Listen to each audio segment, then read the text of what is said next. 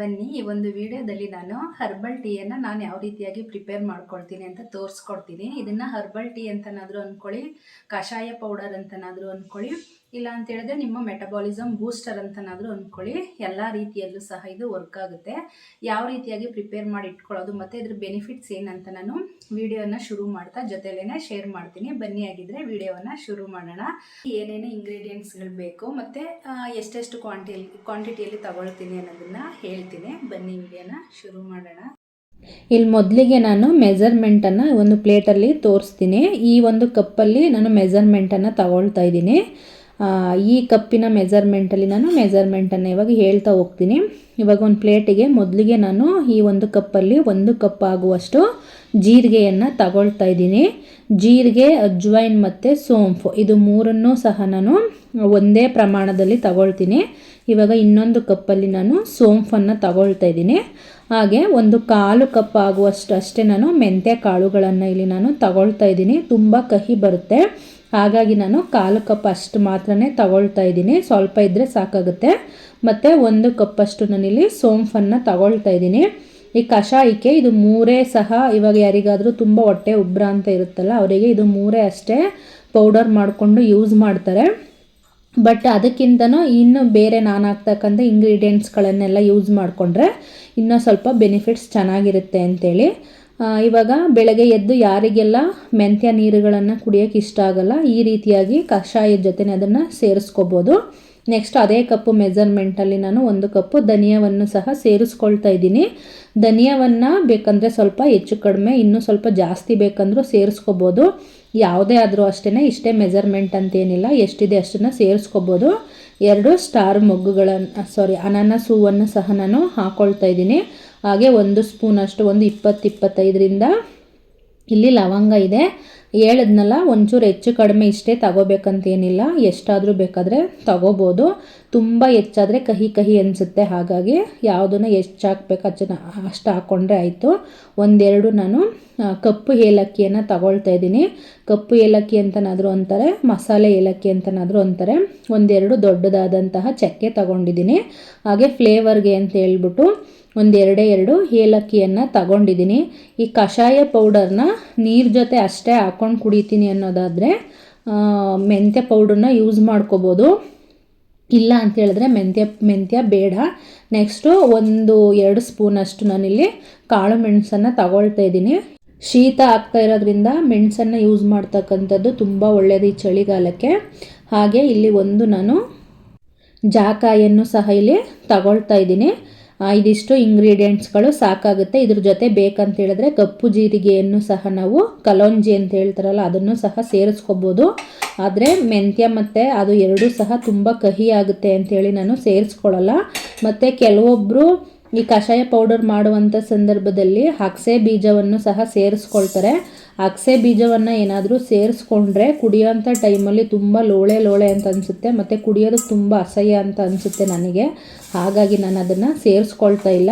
ನಾನು ಇದಿಷ್ಟನ್ನೇ ತಗೊಳ್ಳೋದು. ಹಾಲಿನ ಜೊತೆ ಬೆರೆಸ್ಕೊಂಡು ಕಷಾಯ ಪೌಡ್ರನ್ನ ಕುಡಿತೀವಿ ಅಂತ ಏನಾದರೂ ಅನಿಸಿದ್ರೆ, ಅಥವಾ ಮನೇಲಿ ಬೇರೆ ಯಾರಿಗಾದ್ರೂ ಕಷಾಯ ಮಾಡಿಕೊಡ್ಬೇಕಂತ ಅನಿಸಿದ್ರೆ, ಅದಕ್ಕೆ ನೀವು ಈ ಒಂದು ಮೆಂತ್ಯ ಪೌಡರ್ನ, ಮೆಂತ್ಯ ಕಾಳುಗಳನ್ನು ಸೇರಿಸ್ಕೋಬೇಡಿ. ಅದನ್ನು ಬಿಟ್ಟು ಉಳಿದಿದ್ದೆಲ್ಲವನ್ನು ಸೇರಿಸ್ಕೊಂಡ್ರೆ, ಇವಾಗ ತುಂಬ ಎಲ್ಲರಿಗೂ ಟೀ ಕಾಫಿಗಳನ್ನ ಕುಡಿಯೋಂಥ ಅಭ್ಯಾಸಗಳಿರುತ್ತಲ್ಲ, ಅದ್ರ ಬದಲು ಈ ರೀತಿಯಾದಂಥ ಒಂದು ಕಷಾಯ ಪೌಡರನ್ನು ಮಾಡಿಕೊಂಡು ಕುಡಿಬೋದು. ನಾನು ಚಕ್ಕೆಯನ್ನು ಸ್ವಲ್ಪ ಎಲ್ಲವನ್ನು ಪೀಸ್ ಮಾಡಿ ಹಾಕ್ಕೊಳ್ತಾ ಇದ್ದೀನಿ. ಹಾಗೆ ಜಾಯ್ಕಾಯಿ ಇತ್ತಲ್ಲ, ಅದನ್ನು ಸಹ ನಾನು ಹುರಿದ್ಮೇಲಾದ್ರೂ ಕುಟ್ಟಿ ಪೌಡ್ರ್ ಮಾಡ್ಕೊಳ್ಳಿ. ಇಲ್ಲ ಅಂತೇಳಿದ್ರೆ ಫಸ್ಟೇ ಕುಟ್ಟಿ ಪುಡಿ ಮಾಡಿಬಿಟ್ಟು ಇದ್ರ ಜೊತೆ ಸೇರಿಸ್ಕೊಳ್ಳಿ. ನಾನಿವಾಗ ಫಸ್ಟೇ ಕುಟ್ಟಿ ಪುಡಿ ಮಾಡಿ ಇದ್ರ ಜೊತೆ ಸೇರಿಸ್ಕೊಳ್ತಾ ಇದ್ದೀನಿ. ಯಾಕಂದರೆ ಮಿಕ್ಸರ್ ಜಾರ್ಗೆ ಹಾಕ್ದಾಗ ಅದು ಸರಿಯಾಗಿ ಪೌಡ್ರ್ ಆಗೋಲ್ಲ, ಮತ್ತು ಮಿಕ್ಸ್ಚರ್ ಜಾರ್ ಕೂಡ ಹಾಳಾಗುತ್ತೆ ಅಂಥೇಳಿ ನಾನು ಇದನ್ನು ಕುಟ್ಟಿ ಪೌಡ್ರ್ ಮಾಡಿ ಇವಾಗಲೇ ಇದ್ರ ಜೊತೆ ನಾನು ಸೇರಿಸ್ಕೊಳ್ತಾ ಇದ್ದೀನಿ. ಮತ್ತು ಉರಿಯೋವಂಥ ಸಂದರ್ಭದಲ್ಲಿ ಲೋ ಫ್ಲೇಮಲ್ಲಿರಬೇಕು, ಮತ್ತು ಸ್ವಲ್ಪ ನಿಧಾನಕ್ಕೆ ತಾಳ್ಮೆಯಿಂದ ಹುರ್ಕೊಳ್ತಾ ಹೋಗಬೇಕು. ಒಂದು ಸ್ವಲ್ಪ ಚಿಟಪಟ ಅಂತ ಸೌಂಡ್ ಬರೋ ತನಕನೂ ಹುರ್ಕೊಳ್ತಾ ಹೋಗಬೇಕು. ಉರಿತಾ ಅಂತಲೂ ತುಂಬ ಆರೋಮ ಅಂತ ತುಂಬ ಚೆನ್ನಾಗಿ ಬರ್ತಾ ಇರುತ್ತೆ, ಗಮ್ ಅಂಥೇಳಿ. ಇದೊಂದು ಪೌಡ್ರ್ ಮಾಡಿ ಇಟ್ಕೊಬಿಟ್ರೆ, ಇವಾಗ ಕೆಲವೊಬ್ಬರಿಗೆ ಟೀಯನ್ನು ಕುಡಿಬೇಡಿ ಅಂತ ಹೇಳಿರ್ತಾರೆ, ಬಟ್ ಅದನ್ನು ಬಿಡೋಕೆ ಆಗ್ತಾ ಇರಲ್ಲ. ಇವಾಗ ಸಾಮಾನ್ಯವಾಗಿ ನಾವು ಯಾವುದಾದ್ರೂ ಒಂದನ್ನು ಬಿಡಬೇಕು ಅಂತ ಹೇಳಿದ್ರೆ ಅದಕ್ಕೆ ಮತ್ತೆ ಇನ್ನೊಂದೇನಾದ್ರೂ ರೀಪ್ಲೇಸ್ ಮಾಡಬೇಕಾಗಿರುತ್ತೆ. ಡೈರೆಕ್ಟ್ ನಾವು ಬಿಡ್ತೀವಿ ಅಂದರೆ ಅದು ಯಾವುದೇ ಕಾರಣಕ್ಕೂ ಸಾಧ್ಯ ಆಗಲ್ಲ. ಹಾಗಾಗಿ ಈ ರೀತಿ ಪೌಡರ್ಗಳನ್ನು ಮಾಡಿಟ್ಕೊಂಡ್ರೆ ಇವಾಗ ಊಟ ಮಾಡಿದಂಥ ಸಂದರ್ಭದಲ್ಲಿ ಯಾರಿಗಾದರೂ ತುಂಬ ಹೊಟ್ಟೆ ಉಬ್ರ ಅಂತ ಅನ್ನಿಸ್ತಾ ಇದೆ ಅಂತಂದರೆ ಊಟ ಮಾಡಿ 1 ಅವರ್ ಆದ ನಂತರ ಇದೊಂದು ಸ್ವಲ್ಪ ಪೌಡರ್ನ ಹಾಕಿ ನಾನು ಇದು ಎಲ್ಲ ಹುರಿದು ಪೌಡ್ರ್ ಆದ ನಂತರ ನಾನು ಯಾವ ರೀತಿ ಕಷಾಯವನ್ನು ಮಾಡ್ಕೊಳ್ತೀನಿ ಅನ್ನೋದನ್ನು ಸಹ ತೋರಿಸ್ಕೊಡ್ತೀನಿ. ಕೊನೆ ತನಕನೂ ವಿಡಿಯೋವನ್ನು ನೋಡಿ. ಹಾಗೆ ಇನ್ನೊಂದೆರಡು ಇಂಗ್ರೀಡಿಯೆಂಟ್ಸ್ಗಳನ್ನು ಹಾಕಬೇಕಾಗಿದೆ, ಅದನ್ನು ನಾನು ಪೌಡರ್ ಮಾಡೋವಂಥ ಸಂದರ್ಭದಲ್ಲಿ ಹಾಕ್ತೀನಿ. ಅದನ್ನು ಸಹ ಕೊನೆ ತನಕನೂ ನೋಡ್ತಾ ಹೋಗಿ. ಇವಾಗ ಕೈ ಬೆಚ್ಚಗಾಗುವಷ್ಟು ಹುರಿದ್ರೆ ಸಾಕಾಗುತ್ತೆ. ಅಂದರೆ ಹೇಳಿದ್ನಲ್ಲ, ಸ್ವಲ್ಪ ಕಡಿಮೆ ಆದ ಉರಿಯಲ್ಲೇ ಹುರ್ಕೊಳ್ತಾ ಹೋಗಬೇಕು. ಜಾಸ್ತಿ ಉರಿಯಲ್ಲಿ ಹುರಿದ್ರೆ ಎಲ್ಲ ಸೀದೋದಂಗೆ ಆಗುತ್ತೆ. ಸಣ್ಣದಿರೋದೆಲ್ಲ ಸೀದೋಗ್ಬಿಡುತ್ತೆ, ದೊಡ್ಡದಿರೋದೆಲ್ಲ ಹಾಗಾಗಿ ಉಳಿಯುತ್ತೆ. ಹಾಗಾಗಿ ಸ್ವಲ್ಪ ಸಣ್ಣ ಉರಿಯಲ್ಲೇ ಕ್ರಿಸ್ಪಿ ಆಗೋ ತನಕ ಸ್ವಲ್ಪ ಹುರ್ಕೊಳ್ಬೇಕು. ನಾನಿಲ್ಲಿ ತೋರಿಸ್ತಾ ಇರೋ ಹಾಗೆ. ಹಾಗೆಯೇ ಹಾಲು ಜೊತೆ ಕುಡಿಯೋದಾದರೂ ಅಷ್ಟೇ, ನೈಟು ಮಲಗೋ ಅಂಥ ಟೈಮಲ್ಲಿ ಯಾರಿಗಾದರೂ ಚೆನ್ನಾಗಿ ನಿದ್ದೆನೇ ಬರ್ತಾಯಿಲ್ಲ ಅಂತ ಅನ್ನೋರಿಗೆ ನೈಟು ಮಲಗುವಂಥ ಟೈಮಲ್ಲಿ ಹಾಲಿಗೆ ಸ್ವಲ್ಪ ಬೆಲ್ಲ ಹಾಕಿ ಮತ್ತು ಈ ಪೌಡರನ್ನ ಹಾಕ್ಬಿಟ್ಟು ಕಾಯಿಸ್ಬಿಟ್ಟು ಕುಡಿದ್ರೆ ನಿದ್ದೆನೂ ಸಹ ಚೆನ್ನಾಗಿ ಬರುತ್ತೆ. ಬ್ಲೋಟಿಂಗ್ ಪ್ರಾಬ್ಲಮ್ ಇದ್ರೂ ಸಹ ಕಡಿಮೆ ಆಗುತ್ತೆ. ಅದಲ್ದಿರ ಮಾರ್ನಿಂಗ್ ಎದ್ದ ತಕ್ಷಣವೇ ನಾವು ಇದನ್ನು ಕುಡಿಯೋದ್ರಿಂದ, ಈಗ ವೆಯ್ಟ್ ಲಾಸಲ್ಲಿ ಇದೊಂದು ಕಷಾಯ ಪೌಡರನ್ನು ಮಾಡ್ಕೊಂಡು ಕುಡಿತಾರಲ್ವ, ಇದನ್ನು ಸರಿಯಾಗಿ ಬೆಳಗ್ಗೆ ಎದ್ದ ತಕ್ಷಣ ನಾವು ಒಂದು 1/2 ಲೀಟ್ರಷ್ಟು ನೀರನ್ನು ಹಾಕಿ 1 ಸ್ಪೂನಷ್ಟು ಪೌಡರನ್ನು ಹಾಕಿ ಚೆನ್ನಾಗಿ ಕುದಿಸ್ಬಿಟ್ಟು ಕುಡಿಯೋದ್ರಿಂದ ವೆಯ್ಟ್ ಲಾಸಲ್ಲೂ ಸಹ ನಮಗೆ ಇದು ಉಪಯೋಗ ಆಗುತ್ತೆ. ಯಾಕಂತೇಳಿದ್ರೆ ಮಾರ್ನಿಂಗ್ ಖಾಲಿ ಹೊಟ್ಟೆಲೇ ಕುಡಿಯೋದ್ರಿಂದ ನಮ್ಮ ಬಾಡಿಯನ್ನು ಡಿಟಾಕ್ಸ್ ಮಾಡೋದ್ರಿಂದ, ನಮ್ಮ ದೇಹದಲ್ಲಿರ್ತಕ್ಕಂತಹ ವಿಷಕಾರಿ ಅಂಶಗಳನ್ನು ತೆಗೆಯೋದ್ರಿಂದ ವೆಯ್ಟ್ ಲಾಸಲ್ಲೂ ಸಹ ಇದು ನಮಗೆ ತುಂಬಾ ಹೆಲ್ಪನ್ನು ಮಾಡುತ್ತೆ. ಹಾಗಾಗಿ ಅದಕ್ಕೂ ಸಹ ಇದನ್ನು ಕುಡಿಬಹುದು. ಚೆನ್ನಾಗಿ ಹುರಿದಾದ ನಂತರ ಒಂದು 1/2 ಅವರ್ ಅಷ್ಟು 1/2 ಅವರೋ 1 ಅವರೋ ಇದನ್ನು ಚೆನ್ನಾಗಿ ಒಣಗೋದಕ್ಕೆ ಬಿಡಬೇಕು. ಬಿಸಿಯೆಲ್ಲ ಹೋಗೋದಕ್ಕೆ ಬಿಡಬೇಕು. ಬಿಸಿಯೆಲ್ಲ ಹೋದಾದ ನಂತರನೇ ನಾವು ಪೌಡ್ರನ್ನು ಮಾಡ್ಕೋಬೇಕಾಗುತ್ತೆ.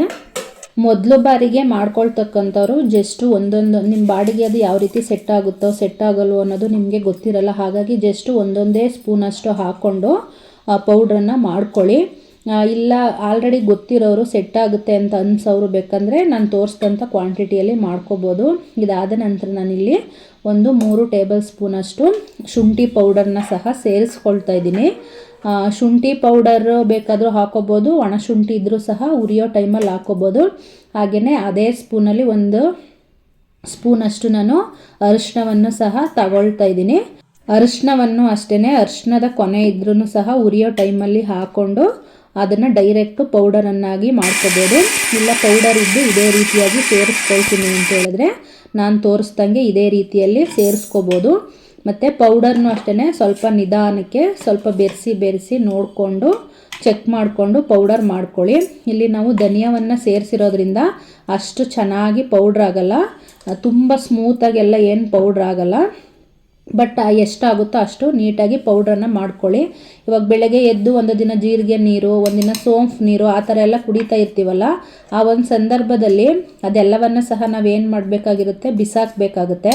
ಬಟ್ ಈ ರೀತಿಯಾಗಿ ಪೌಡ್ರ್ ಮಾಡಿ ಇಟ್ಕೊಂಡ್ರೆ ಏನೂ ಸಹ ವೇಸ್ಟ್ ಆಗಲ್ಲ.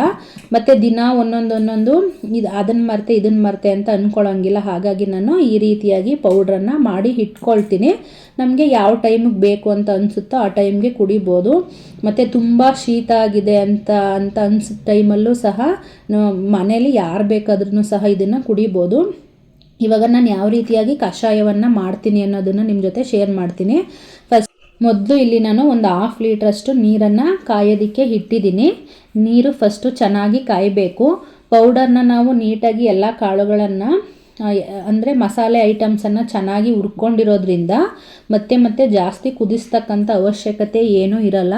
ಹಾಗಾಗಿ ಫಸ್ಟೇ ಸ್ವಲ್ಪ ನೀರನ್ನು ಚೆನ್ನಾಗಿ ಕಾಯಿಸ್ಕೊಂಡ್ರೆ ಅದಾದ ನಂತರ ನಾವು ಪೌಡರನ್ನು ಸಹ ಇದ್ರ ಜೊತೆ ಸೇರಿಸ್ಕೋಬೋದು. ನೀರು ಒಂದು ಸ್ವಲ್ಪ ಕಾಯ್ತಾ ಇದೆ ಅಂತ ಅಂದವಾಗಲೇ ನಾನಿಲ್ಲಿ ಒಂದು ಸ್ವಲ್ಪ ಪುದೀನ ಎಲೆಗಳನ್ನು ಸಹ ಸೇರಿಸ್ಕೊಳ್ತಾ ಇದ್ದೀನಿ.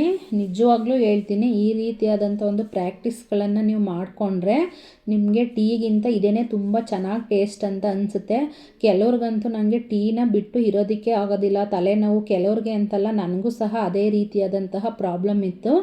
ತುಂಬ ಟೀ ಬೆಳಗ್ಗೆ ಒಂದು ಟೈಮ್ ಬೇಕು, ಮತ್ತು ಈವ್ನಿಂಗ್ ಒಂದು ಟೈಮ್ ಬೇಕು, ಮತ್ತು ನನಗೇನಾದರೂ ಸ್ಟ್ರೆಸ್ ಆಯಿತು ಅಂದ್ರೂ ಟೀ ಬೇಕು ಅಂತೆಲ್ಲ ಅನಿಸ್ತಾ ಇತ್ತು. ಬಟ್ ಇವಾಗ ಈ ಥರದ್ದೆಲ್ಲ ಪ್ರಾಕ್ಟೀಸ್ ಮಾಡಿಕೊಂಡಾಗ ಇದಕ್ಕಿಂತನೂ ಮತ್ತು ಆ ಟೀ ಕುಡಿದಾಗ ನಮಗೆ ತುಂಬ ಬ್ಲೋಟಿಂಗ್ ಅಂತ ಅನಿಸ್ತಾ ಇರುತ್ತೆ, ಎದೆ ಉರಿ ಅಂತೆಲ್ಲ ಅನಿಸ್ತಾ ಇರುತ್ತೆ. ಬಟ್ ಅದನ್ನು ಬಿಡೋಕೆ ಆಗ್ತಾ ಇರಲ್ಲ. ಬಟ್ ಈ ರೀತಿಯಾದಂಥ ಒಳ್ಳೆ ಪ್ರಾಕ್ಟೀಸ್ಗಳನ್ನು ಮಾಡಿಕೊಂಡಾಗ ತುಂಬಾ ನಮಗೂ ಸಹ ಬಾಡಿಗೂ ಸಹ ಏನಾಗುತ್ತೆ, ಒಂದು ಒಳ್ಳೆ ಹೆಲ್ತ್ ಬೆನಿಫಿಟ್ ಸಿಗುತ್ತೆ. ಇವಾಗ ನೀರು ಚೆನ್ನಾಗಿ ಮರಳಿತ್ತು. ನಾನು ಮಾಡಿ ಇಟ್ಕೊಂಡಿದ್ದಂತಹ ಪೌಡ್ರನ್ನ ಇಲ್ಲಿ 1 ಸ್ಪೂನ್ ಹಾಕಿದ್ದೀನಿ.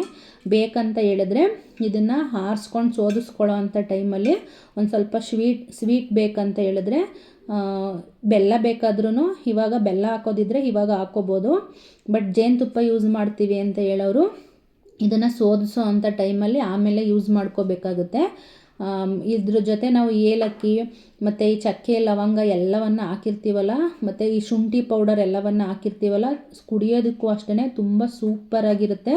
ಮತ್ತು ಬಿಸಿ ಬಿಸಿಯಾಗಿಯೇ ಕುಡೀರಿ, ಇನ್ನೂ ಸಹ ಹೆಲ್ತ್ ಬೆನಿಫಿಟ್ಸ್ ತುಂಬ ಚೆನ್ನಾಗಿರುತ್ತೆ. ಇವಾಗ ನಾನು ಹಾಗೆ ಹೇಳ್ದಲ್ಲ, ಈಗ ಸೇಮ್ ನಾನು ಯಾವ ರೀತಿ ಕಷಾಯವನ್ನು ಮಾಡಿದ್ನೋ ಅದೇ ರೀತಿಯಾಗಿ ನಾವು ಇದ್ರ ಜೊತೆ ಹಾಲನ್ನು ಸೇರಿಸ್ಕೊಂಡು ನಾವು ಕಷಾಯವನ್ನು ಮಾಡ್ಕೋಬೋದು. ಅಂದರೆ ಹಾಲನ್ನು ಇಟ್ಟು ಕಷಾಯ ಪೌಡರ್ನ ಹಾಕಿ ನಾವು ಕಾಯಿಸ್ಕೊಂಡು ಬೆಲ್ಲ ಹಾಕಿ ಕಷಾಯ ಪೌಡರ್ನ ಮಾಡ್ಕೋಬೋದು. ಬಟ್ ನೀವು ಹಾಲು ಜೊತೆ ಸೇರಿಸ್ಕೊಳ್ತೀನಿ ಅಂತ ಏನಾದರೂ ಅಂದ್ಕೊಂಡ್ರೆ ಅದಕ್ಕೆ ಯಾವುದೇ ರೀತಿಯಾದಂತಹ ಇದನ್ನು ಮೆಂತ್ಯವನ್ನು ಸೇರಿಸೋದಕ್ಕೆ ಹೋಗಬೇಡಿ, ಇಷ್ಟೇ ಸಾಕು. ಇವಾಗ ಸೋದಿಸ್ಕೊಂಡಿದ್ದೀನಿ. ಇದಾದ ನಂತರ ನಾನು ಕೊನೆಯಲ್ಲಿ ಇದ್ರ ಮೇಲೆ ಸ್ವಲ್ಪ ನಿಂಬೆ ಹುಳಿಯನ್ನು ಸಹ ಹಿಂಡ್ಕೊಳ್ತೀನಿ. ಇದಾಗಿತ್ತು ಇವತ್ತಿನ ಒಂದು ಹೆಲ್ದಿ ರೆಸಿಪಿ ಅಂತಲೂ ಸಹ ಹೇಳ್ಬೋದು. ಯಾರಿಗೆಲ್ಲ ಇಷ್ಟ ಆಯಿತು ನೀವು ಸಹ ಟ್ರೈ ಮಾಡಬೇಕಂತ ಅನಿಸಿದ್ರೆ ದಯವಿಟ್ಟು ಟ್ರೈ ಮಾಡಿ.